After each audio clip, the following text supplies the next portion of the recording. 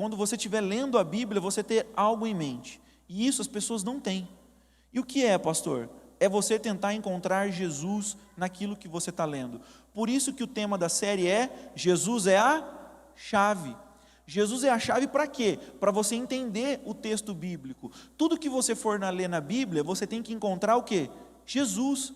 Jesus, ele está presente em toda a Bíblia. Toda a Bíblia, o centro dela é Jesus.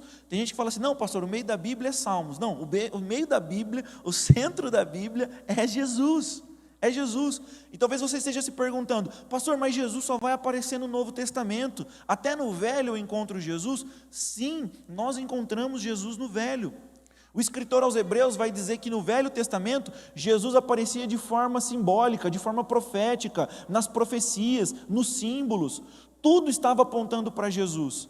E é muito complicado porque nós, quando estamos lendo a Bíblia, nós muitas vezes estamos procurando as respostas que nós queremos. E a Bíblia, ela não foi escrita para responder aquilo que queremos. Até choca falar isso, mas a Bíblia é um conjunto de informações que Deus entendeu que era útil para você. Se você quiser fazer um bolo de banana, a receita não vai estar na Bíblia. Se você quiser saber como desbloqueia o seu aplicativo que está bloqueado no celular, você não vai encontrar na Bíblia, porque ela não foi escrita com esse propósito. A Bíblia, ela tem o conjunto de informações que Deus entende que é necessário para você ter uma fé saudável. Eu tenho perguntas que eu não consigo encontrar na Bíblia, respostas. E não é porque a Bíblia é falha, porque ela não foi escrita para atender todas as minhas perguntas, mas Deus colocou ali tudo o que eu preciso para ser uma bênção, para crescer e me desenvolver. Quem está entendendo até aqui? Diz amém. Amém? Abra sua Bíblia comigo em Ageu, livro do profeta Ageu.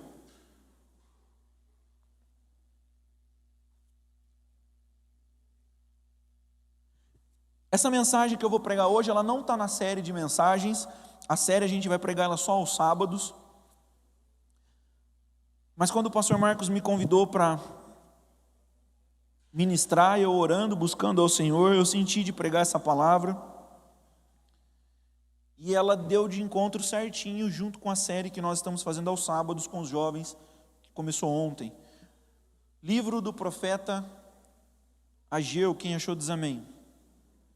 Ageu, ele é um profeta, o ministério dele está acontecendo aqui depois que o povo saiu do Império Babilônico, depois que eles saíram da Babilônia.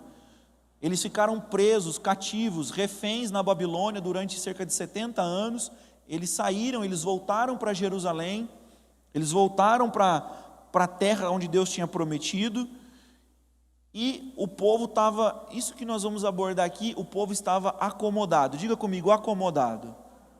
O povo estava acomodado. Então Deus levanta o profeta Ageu para chacoalhar o povo. Vamos começar a leitura. Ageu, capítulo 1, a partir do versículo 2. Diz assim: Assim fala o Senhor dos exércitos a este povo, e diz: Não veio ainda o tempo em que a casa do Senhor deve ser edificada.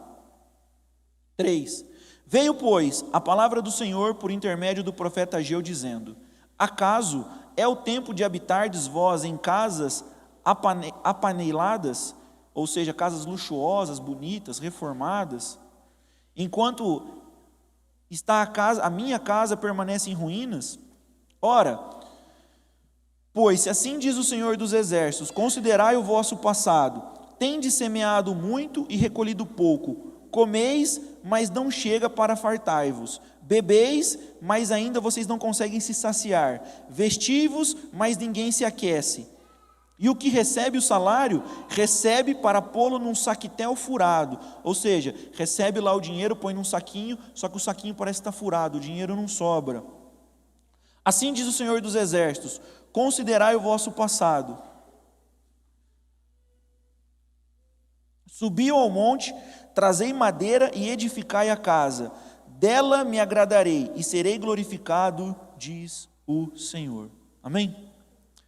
O profeta então, ele está sendo usado por Deus aqui para dar um puxão de orelha nas pessoas, para dizer o seguinte: ei, a minha casa está abandonada, a minha casa está em ruína, vocês voltaram da Babilônia, Deus libertou vocês, trouxe vocês de volta, e vocês se esqueceram da minha casa. Vou abrir um parêntese aqui. Gente, Deus se importa com o templo? Sim ou não? Mais ou menos. A Bíblia fala que Deus ele não habita em templos feitos por mãos humanas. Você acha que Deus está preocupado com tijolo e com parede? Sim ou não? Não. Se nós formos ali na praça e nos reunirmos ali, ali vai estar a igreja. Aqui ficou um templo vazio. Sim ou não? Aqui é mais confortável, não venta, não toma chuva, tem os recursos eletrônicos aqui para a gente poder gravar, filmar, tem energia elétrica. O templo ele é uma ferramenta para o cumprimento da missão, mas o templo não é a razão de nós existirmos. Amém? O templo é apenas um local vazio. Mas por que Deus ele chama a atenção para o povo que aí o templo estava danificado? Porque aquilo era um reflexo de como estava a vida do povo. Quando nós vemos Elias, lá em 1 Reis, ele edificando o altar estava todo abandonado. Altar abandonado significa o quê? Que não havia culto, que não havia sacrifício. Significava que as pessoas tinham abandonado a fé. A primeira coisa que o profeta Elias faz o quê? É restaurar o altar. Aí ele prepara o sacrifício e Deus responde com fogo. Deus não estava preocupado necessariamente com o lugar, Deus estava preocupado com o abandono, com a apostasia. Deus estava preocupado que aquele lugar que estava abandonado era reflexo de como estava a vida espiritual do povo. Então Deus estava usando o profeta Ageu e está falando assim: ei, fala para esse povo restaurar a minha casa.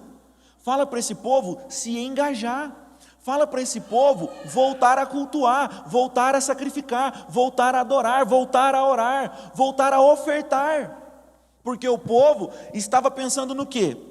Olha só, irmãos, nós estamos vindo da Babilônia, nós ficamos 70 anos trabalhando como escravos, nós não temos nada, nós precisamos recuperar o tempo perdido. Então quando eles voltam, a primeira coisa que eles começam a fazer é o quê? É construir a casa deles, e eram casas luxuosas, casas arrumadas, casas lindas, maravilhosas, e aquilo que eram os deveres espirituais, as disciplinas espirituais, estavam ficando o quê?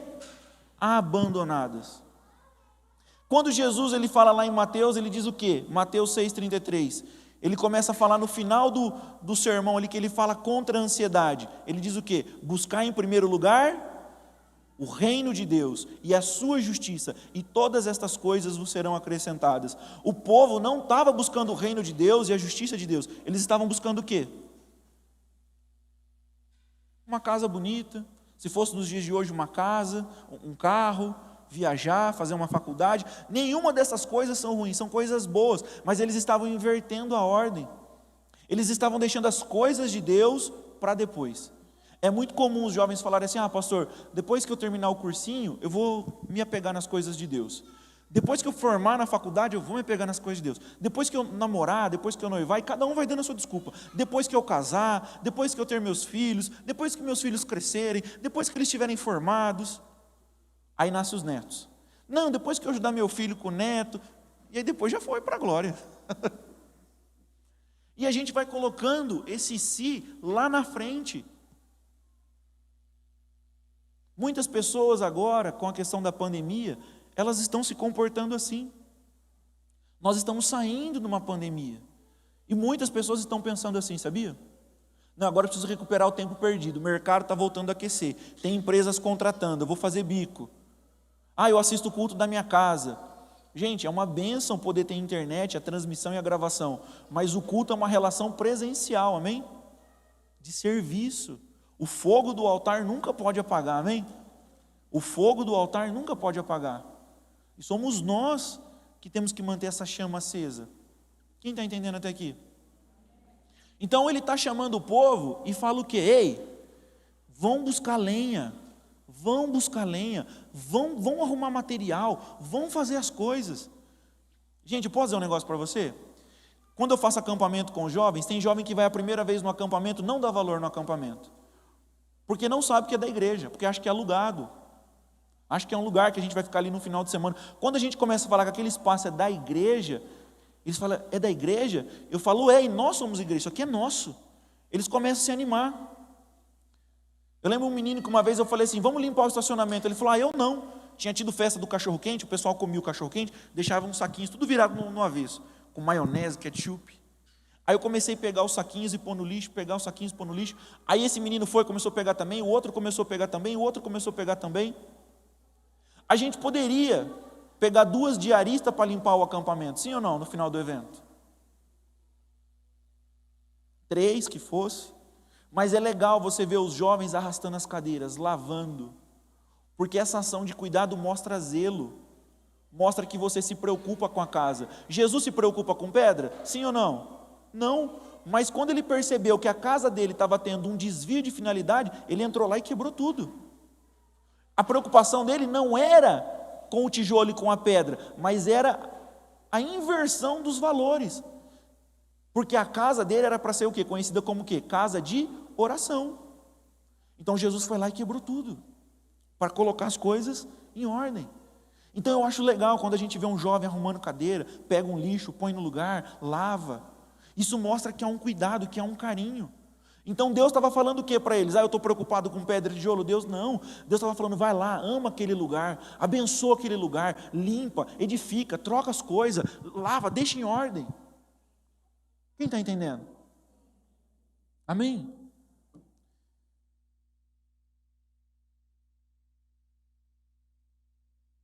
Esse templo, ele é apenas a reedificação do templo de Salomão.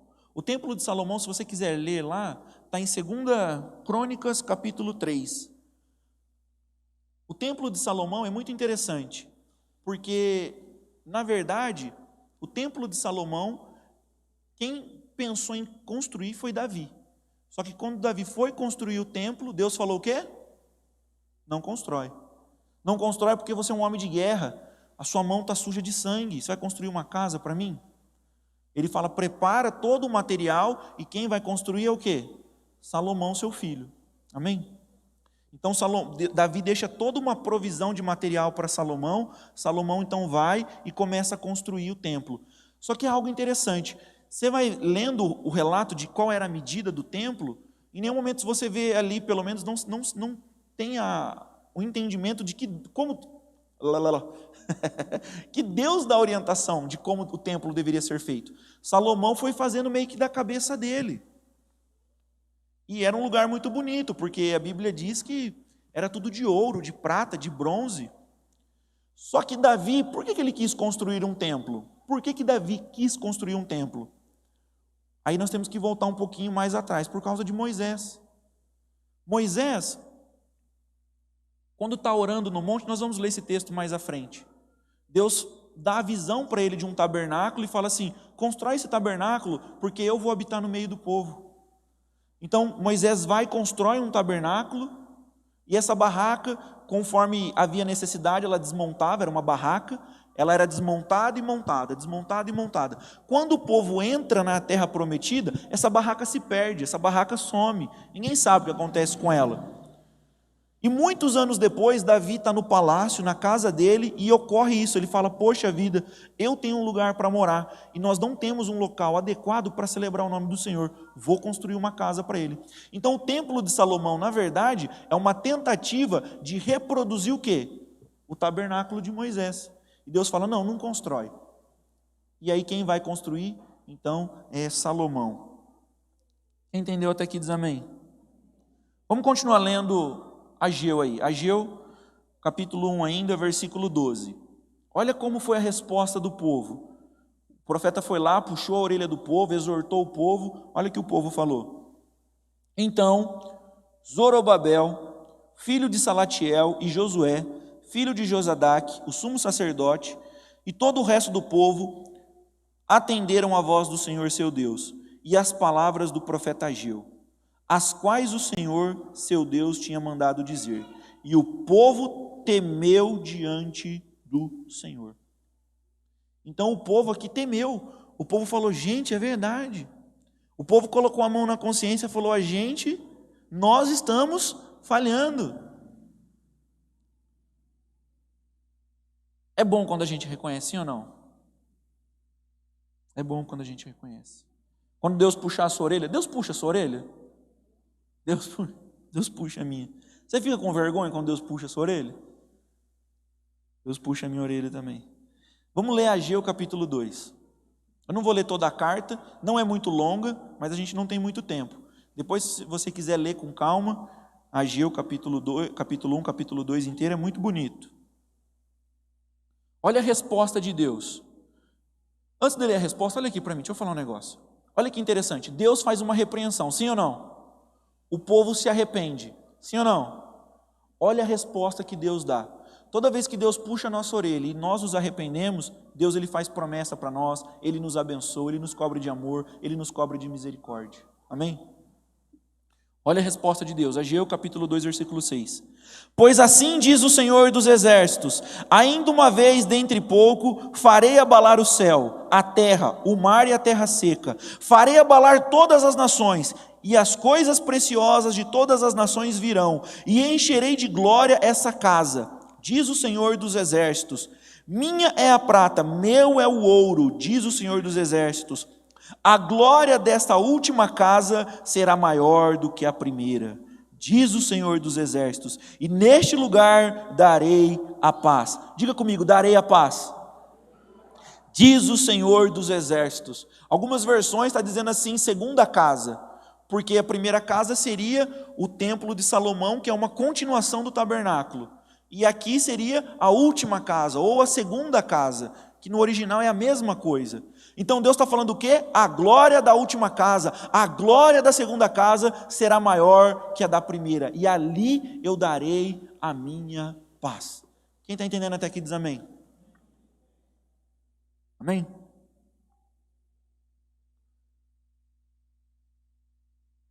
Abra sua Bíblia comigo em Êxodo. Êxodo capítulo 25. Êxodo capítulo 25. Aqui é o Senhor dando algumas instruções para Moisés acerca do tabernáculo. Êxodo capítulo 25, versículo 8 e 9. Todos acharam? Olha só, Deus dizendo: e me farão um santuário, para que eu possa habitar no meio deles, segundo tudo que eu te mostrar para modelo do tabernáculo e para modelo de todos os seus móveis, todos os seus objetos, todos os seus utensílios, todos os detalhes, assim mesmo vocês vão fazer. Amém? Moisés, então, quando ele sobe no monte, Deus dá uma visão para ele de como era o tabernáculo. E Deus fala assim, ó, você vai fazer igualzinho você está vendo no céu. Tem um tabernáculo no céu e você vai fazer o quê? Igualzinho. Tudo igualzinho, o tamanho, a medida, a cor, tudo você vai fazer igual. Abra sua Bíblia comigo em Hebreus. Vamos passear hoje um pouco na Bíblia. Hebreus capítulo 2.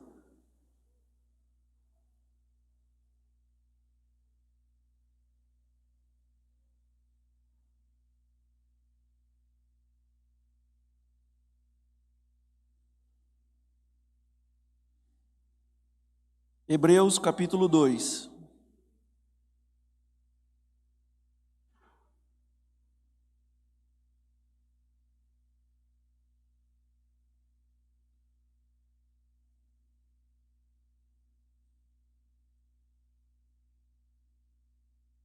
Desculpa, acho que é Hebreus capítulo 8, versículo 2. Hebreus capítulo 8, versículo 2.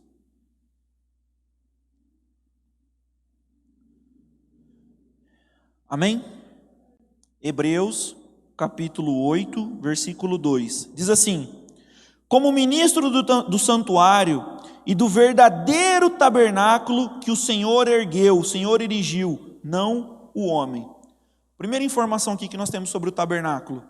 Quem ergueu o tabernáculo foi Deus. Quem ergueu o tabernáculo não foi Salomão, não foi Moisés, não foi Ageu.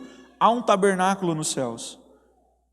Versículo 5, diz o seguinte: os quais ministram em figura e sombra das coisas celestes, assim como foi Moisés divinamente instruído quando estava para construir o tabernáculo, pois diz ele: vê que faça todas as coisas de acordo com o modelo de que foi te mostrado no monte. Então aqui o escritor aos Hebreus está dizendo que as coisas do Velho Testamento, elas são símbolos, elas são atos proféticos, que estão apontando para quem? Para Jesus. Se você vê a sombra da minha mão na parede, você não tem como saber a minha idade, não tem como você saber a minha cor, não tem como saber se eu estou de aliança ou não. É apenas uma sombra, é apenas uma figura. Mas quando vem Jesus na plenitude do tempo, no Novo Testamento, ele se mostra para todos nós. Amém? Olha o 5, finalzinho do 5. Vê que faça todas estas coisas de acordo com o modelo que te foi mostrado no monte. Moisés, então, ele estava recebendo uma revelação de como era o santuário, de como era o tabernáculo. Abra sua Bíblia comigo no Evangelho de João.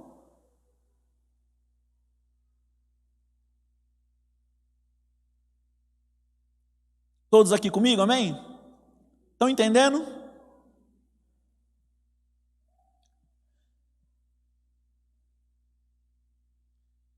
João capítulo 2. João capítulo 2. Versículo 19. João 2, 19.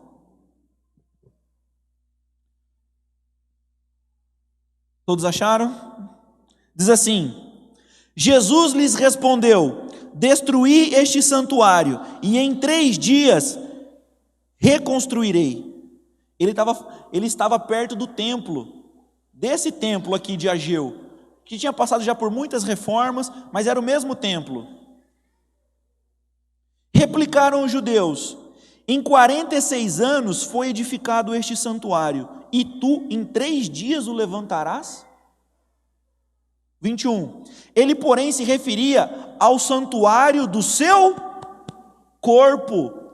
Ele estava falando do próprio corpo dele.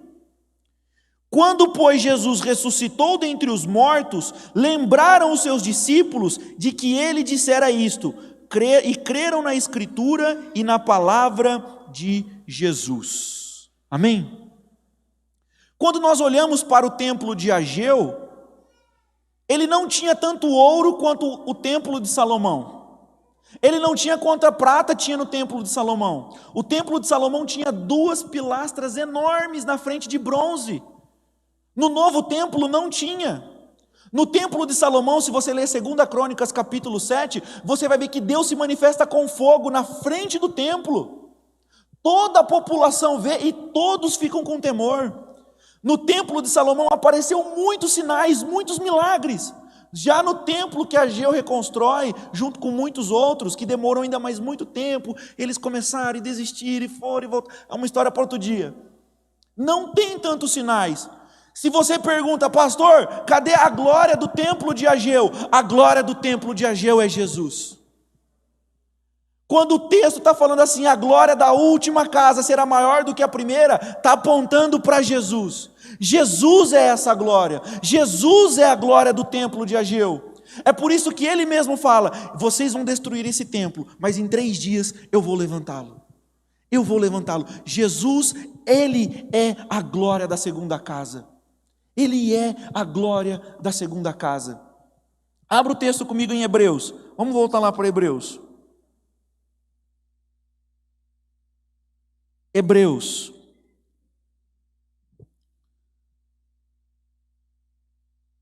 Hebreus capítulo 10. Quem achou diz amém.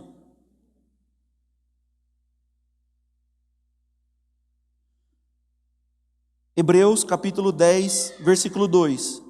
Diz assim: pelo novo e vivo caminho que ele nos consagrou pelo véu. Diga véu. Isto é, pela sua carne. Diga comigo, carne. O texto está fazendo uma associação do véu com o quê? Carne. Algumas versões está escrito cortina, não está? Quem aqui a Bíblia está escrito cortina? Dá um sinal. Ali, ó, cortina. Quando Jesus morre na cruz, o que a Bíblia fala? O véu do templo se rasgou de alto a baixo. Quando o véu do templo lá se rasgou, em sinal de que Jesus tinha morrido, era o quê? Era sinal que o que estava sendo rasgado era a carne dele. Todos os elementos do templo apontavam para Jesus. Todos os elementos do templo aprontavam para Jesus. É por isso que Moisés foi divinamente instruído e falou assim: faça tudo quanto você ver. As cortinas do templo eram um símbolo da carne de Jesus. Tudo que estava dentro do templo tinha algum simbolismo em Jesus. Talvez eu e você às vezes lemos e falamos: mas o que isso aqui significa? Isso aqui está tudo apontando para Jesus. Está tudo apontando para Ele.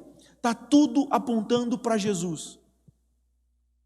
A Bíblia diz que quando Ele ressuscita com o corpo glorificado e Ele aparece aos discípulos, os discípulos ficam assustados por causa do corpo glorificado.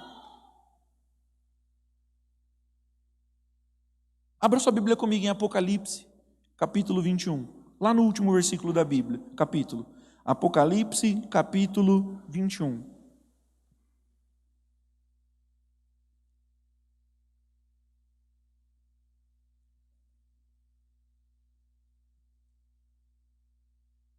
Apocalipse, capítulo 21. Versículo 22. É a visão do profeta João. Do apóstolo João. O apóstolo João está vendo uma visão. Deus estava revelando coisas para ele do futuro, coisas do céu. E olha o que João viu. Nela não vi santuário, porque o seu santuário é o Senhor, o Deus Todo-Poderoso e o Cordeiro. Amém? Quando nós começamos a pensar nessas coisas, e começamos a lembrar de muitas informações da Bíblia, a gente começa a ficar maluco. A gente começa a ficar maluco. Por quê, pastor? Pedro vai dizer que Deus, Ele nos criou o quê? Reino e sacerdócio. Amém? O sacerdote trabalha onde? Dentro do templo. O templo é Jesus. Mas esse templo habita dentro de nós. A Bíblia fala que a glória da segunda casa é o próprio Cristo. Mas a Bíblia também diz que Ele é o cabeça da igreja e nós somos o seu corpo. E tudo que Ele recebeu nós somos cordeiros. Então a glória da segunda casa se estende a mim e se estende a você. A glória da segunda casa habita em mim e habita em você. A glória da segunda casa habita em mim e habita em você. Você começa a entender. É por isso que toda vez que o apóstolo Paulo ou o apóstolo João começa a falar dessa ligação, eles começam a falar: grande é o mistério, grande é o mistério. Grande é o mistério. Deus, Ele está se manifestando a todo momento. Quando você abrir a Bíblia na sua casa para ler, a pergunta-chave que você tem que fazer: aonde está Jesus nesse versículo? Aonde está Jesus nesse capítulo? Aonde está Jesus? Aonde está Jesus? Eu quero encontrar Jesus. Eu quero encontrar Jesus. Jesus, Ele é o centro de toda a Bíblia. Deixa eu te fazer uma pergunta. Quando você lê a Bíblia, você está procurando Jesus? Eu sei que às vezes a gente abre a Bíblia procurando respostas, não é? Às vezes você está triste, está mal, está ansioso, está confuso. Abre a Bíblia, taca o dedo lá no meio. Mas deixa eu te falar, se você encontrar Jesus, você encontrou tudo o que você precisa. Se você ler um versículo e você encontrar Jesus, você encontrou tudo o que você precisa. Tudo o que você precisa. Tudo o que você precisa. Jesus, Ele disse uma frase, um versículo. Ele disse o quê? Eu sou o caminho, a vida. Você sabia que esse era o apelido das 3 portas do templo? A primeira porta chamava o caminho, a segunda porta chamava a verdade, a terceira porta, o apelido que entrava para o santo dos santos, a vida. Aí você começa a entender porque Jesus fala assim: quem entrar e sair por mim será salvo. Aleluia. Aí você vai começar a entender Jesus falando assim: ó, ninguém vem ao Pai senão por mim, porque eu sou a cortina do templo. Eu fui rasgado para que você pudesse passar por dentro de mim e tivesse acesso ao Pai. Porque eu fui rasgado, porque o castigo que te traz a paz estava sobre mim. Porque eu fui moído, você tem acesso à graça. Tudo aponta para a obra de Jesus. Tudo aponta para Jesus, para a glória dele, para a honra dele, para a glória dele.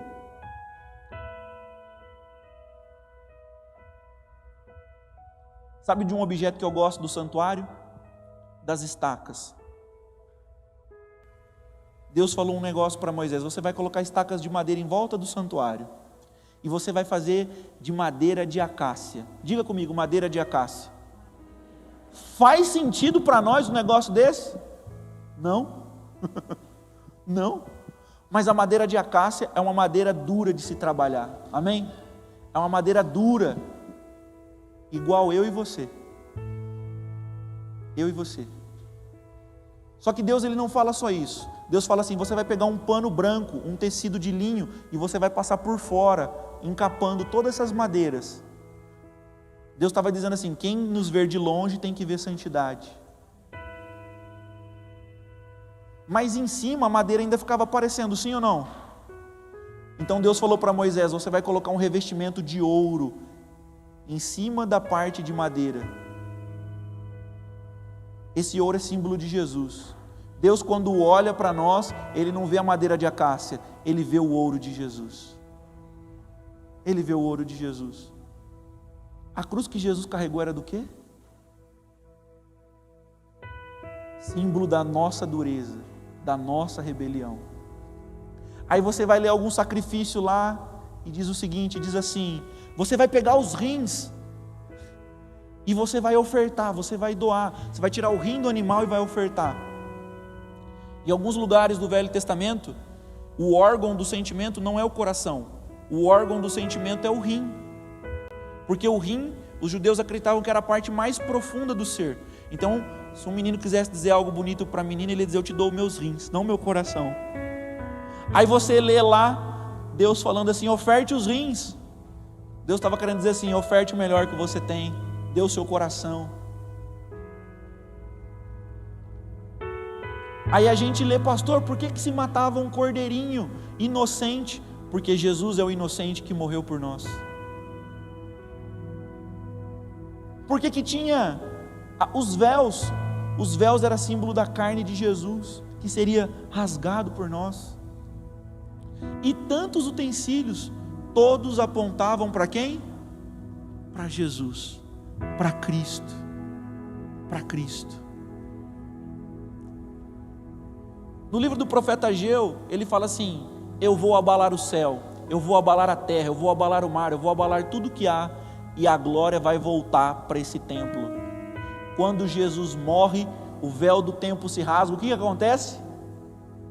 Terremoto, o céu se escurece, tudo é abalado.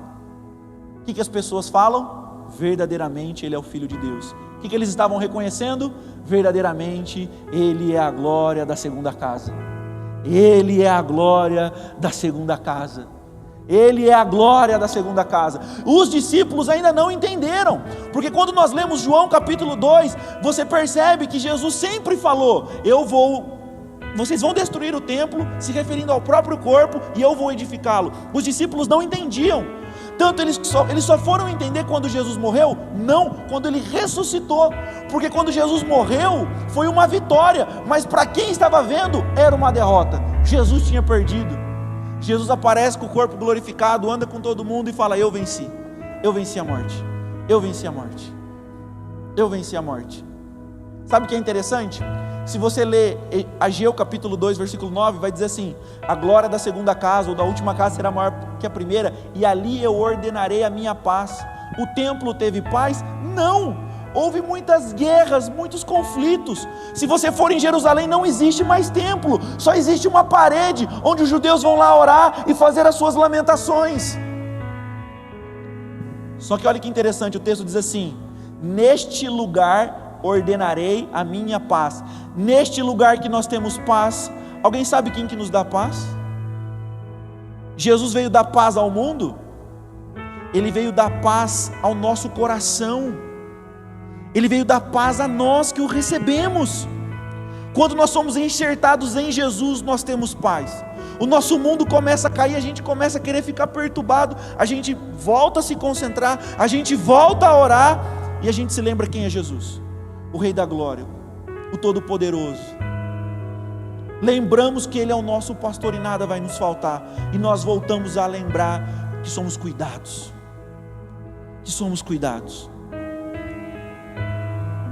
O escritor aos Hebreus, ele continua dizendo muitas coisas a respeito do templo. Ele vai dizer o seguinte, que eu e você somos como vasos de barro, portadores de uma glória, de um tesouro precioso.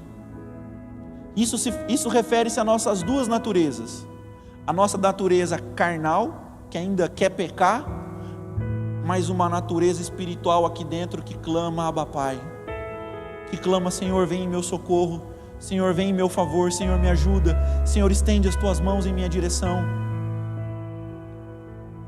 Aleluia, aleluia.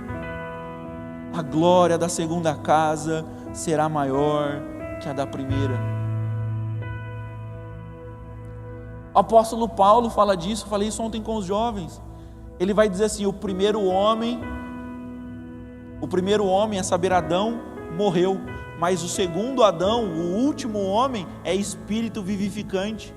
A todo momento Jesus é apontado, todo momento. A gente tem que catar a Bíblia, ler e começar a falar, cadê você, Jesus? Cadê você, Jesus? Eu quero te encontrar, e deixa queimar no seu coração, deixa arder, deixa incomodar. Quem está entendendo o que eu estou falando? Amém? Vamos orar? Vamos colocar em pé.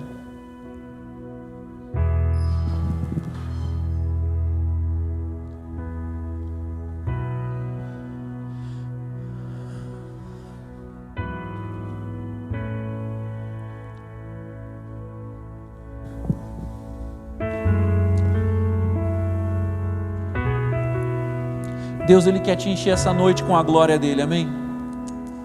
Deus, Ele quer te renovar essa noite. Ele quer te renovar, Ele quer me renovar.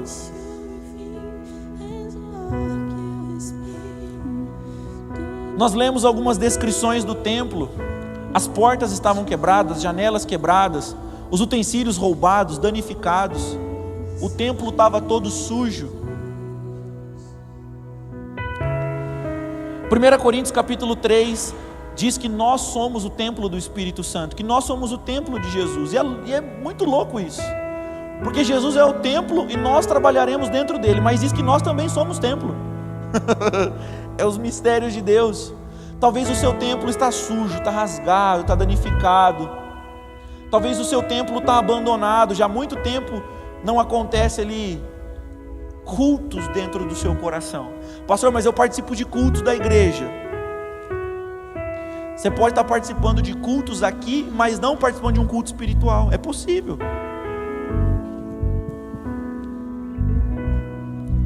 Jesus, Ele é apresentado como o herdeiro de Deus, e nós somos co-herdeiros. Sabe o que é um co-herdeiro? É alguém que recebe uma porção parecida, é aquele que recebe uma porção semelhante. Jesus, Ele veio para compartilhar essa natureza conosco. Feche os seus olhos.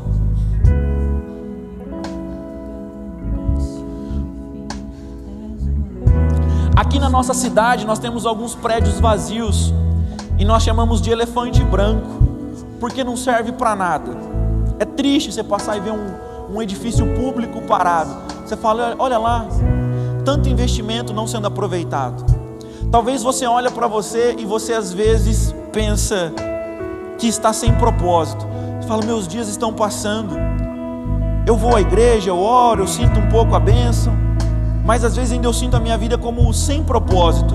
Meu irmão, você é um templo. Você é a extensão da glória da segunda casa. A glória do Senhor tem que brilhar dentro do seu coração, tem que queimar dentro do seu coração. Um carro parado, ele deteriora mais do que um carro em uso. Um templo parado deteriora mais do que um templo em uso. Você foi feito para ser usado por Deus. Você foi feito para a glória de Deus manifestar e brilhar na sua vida. Quando Jesus disse, a minha casa será chamada casa de oração, Ele não estava se referindo apenas a um lugar, Ele estava se referindo a você. Você é casa de oração. Você é casa de oração. O incenso tem que queimar dentro de você, dentro de mim.